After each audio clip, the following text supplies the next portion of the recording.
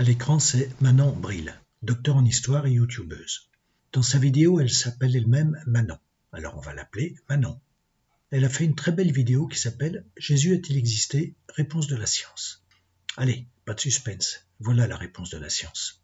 Parce qu'en fait, la recherche, ça fait assez longtemps qu'elle a tranché la question et la réponse est oui, Jésus a existé. Oui, c'est très probable que Jésus ait existé. C'est un des tout premiers trucs que j'ai appris en cours d'histoire. Bon, maintenant qu'on a la réponse, Manon va nous dire comment les historiens savent que Jésus a existé. Manon est historienne, mais son domaine, c'est pas Jésus. Alors, pour faire une bonne vidéo, elle s'est bien documentée. L'ouvrage récent complet de référence que j'utilise principalement pour la vidéo, c'est celui-ci, Jésus, un certain juif, de John Meyer. Le livre de Meyer est effectivement une référence sur le Jésus historique. Allez voir sur internet, toutes les critiques sont enthousiastes. Meyer est admiré par tout le monde. Manon a très bien choisi sa référence. Et puis, j'ai lu le livre de Meyer et je vous assure que Manon a bien travaillé. Ce qu'elle dit dans la vidéo, c'est bien ce que Meyer a écrit. Par exemple, Meyer sait que Jésus a existé. Son existence est une certitude. Meyer, premier tome, page 28. Dans sa vidéo, Manon donne plusieurs arguments en faveur de l'existence de Jésus. Dans ma vidéo, je ne traiterai que l'argument le plus important aux yeux de Manon, le seul qu'elle qualifie de preuve.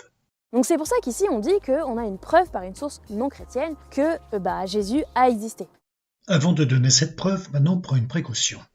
Et en histoire, pour répondre à une question, il faut utiliser les sources. Yes, mais premier problème, Jésus n'a pas laissé de source écrite de sa main. On ne le connaît que par des intermédiaires. Mais bon, c'est pas parce qu'il n'a pas laissé de source qu'il n'a pas existé. Ces intermédiaires, ce sont notamment les apôtres. Oui, mais là aussi, je sais ce que vous allez me dire. Oui, mais Manon, ils sont plus que biaisés. Non, mais c'est vrai, oui, vous avez raison. Alors, penchons-nous sur les sources non chrétiennes. Manon ne considère pas les sources chrétiennes comme des preuves. Il y a des bonnes raisons pour ça. Elle va donc examiner les sources non chrétiennes.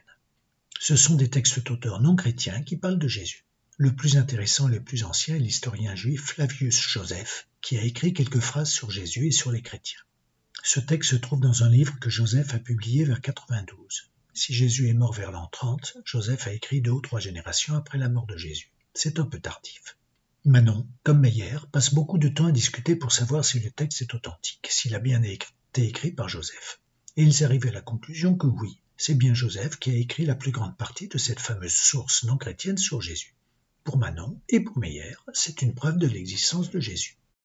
Donc pour toutes ces raisons, comme je disais, il est plus probable de penser que ce passage, moins les ajouts chrétiens, c'est bien de Flavius Joseph. Donc c'est pour ça qu'ici on dit qu'on a une preuve par une source non chrétienne que Jésus a existé. L'ennui, c'est que s'inquiéter de l'authenticité du texte, c'est très bien, mais il faut aussi se poser une autre question. D'où viennent les informations de Joseph? Manon nous a dit tout à l'heure qu'elle ne faisait pas confiance au témoignage des chrétiens. Alors, si Joseph répète ce que disent les chrétiens, c'est pas le témoignage de Joseph, c'est le témoignage des chrétiens, et ça vaut pas. Est-ce que Manon a pensé à ce problème? Oui. Alors il y a quelques-uns de ces auteurs qui ont dû avoir en effet des contacts directs ou indirects avec des chrétiens, mais aucun avec Jésus directement. Là, Manon nous dit que Joseph a peut-être eu des contacts avec des chrétiens. Dans son livre, Meyer en dit un peu plus. Il se demande comment Joseph a été informé sur Jésus. Il propose plusieurs réponses. Quand Joseph était en Palestine, il a pu rencontrer des chrétiens ou entendre parler de Jésus. Une fois installé à Rome, il a pu rencontrer des chrétiens, entendre parler des chrétiens, rencontrer l'auteur de l'Évangile selon Luc, consulter des archives qui contenaient peut-être un compte-rendu du procès de Jésus. Tout ça est très intéressant, mais parmi toutes ces explications, Meyer ne sait pas comment choisir. Bref, concernant la source d'information de Joseph, toutes les opinions sont également possibles, car toutes demeurent également invérifiables. Meyer, page 58. Finalement, Joseph peut très bien répéter ce que disent les chrétiens. Dans ce cas, c'est pas le témoignage de Joseph, c'est le témoignage des chrétiens. Et ça ne prouve pas l'existence de Jésus. Et pourtant, Manon parle de preuves. Donc c'est pour ça qu'ici on dit qu'on a une preuve par une source non chrétienne que Jésus a existé. Et Meyer aussi parle de preuves. Après avoir écrit que l'information de Joseph vient probablement des chrétiens, il ajoute « En dehors des textes bibliques, a-t-on quelques preuves de l'existence de Jésus au 1er siècle de notre ère ? Eh bien, je crois que, grâce à Joseph, la réponse est oui. » Meyer, page 59. Voilà, c'est l'histoire d'un très grand savant qui prétend avoir une preuve alors qu'il ne l'a pas. C'est aussi l'histoire d'une jeune historienne enthousiaste qui fait confiance à ce très grand savant. Mais pourquoi est-ce que Meyer nous a donné un mauvais argument pour l'existence de Jésus ? Il ne pouvait pas en donner un bon? Et non, des bons arguments en faveur de l'existence de Jésus, il n'y en a pas.